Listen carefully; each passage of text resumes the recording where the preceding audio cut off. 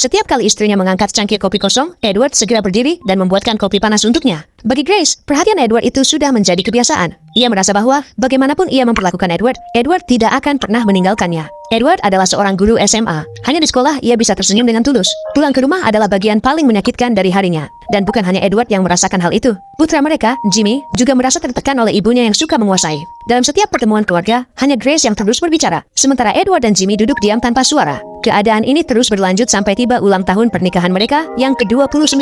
Grace mengharapkan sebuah kejutan, tetapi apa yang diberikan Edward justru sebuah guncangan. Ia mengajukan permintaan cerai. Awalnya Grace mengira Edward sedang bercanda, tetapi ketika Edward menatap langsung ke matanya dan dengan suara sangat serius mengatakan bahwa ia telah jatuh cinta pada orang lain, Grace sadar bahwa itu bukan lelucon. Grace masih berusaha menunjukkan dominasinya, tetapi kali ini Edward tidak mau lagi bertahan. Ia segera mengemas barang-barangnya, menelepon pacarnya, dan hanya dalam beberapa menit, wanita itu datang menjemputnya. Setelah Edward pergi, barulah Grace menyadari betapa pentingnya Edward dalam hidupnya. Ia merasa seolah Edward masih tinggal di rumah itu.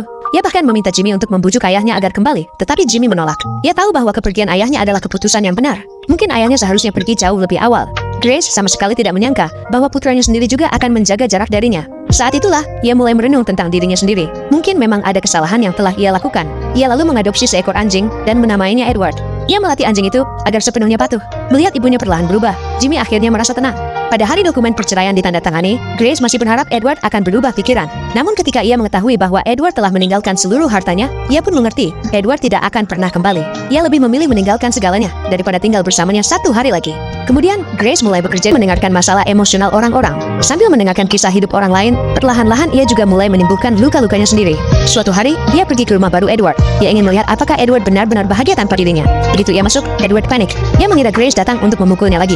Saat itu juga, pacar Edward keluar dari dapur. Begitu melihatnya, Grace terdiam membeku. Selama ini Grace mengira hubungan baru Edward hanyalah alasan untuk lari dari pernikahan. Tetapi pada saat itu, kebenaran terungkap di hadapannya. Ia pun melepaskan keinginan untuk membawa Edward kembali.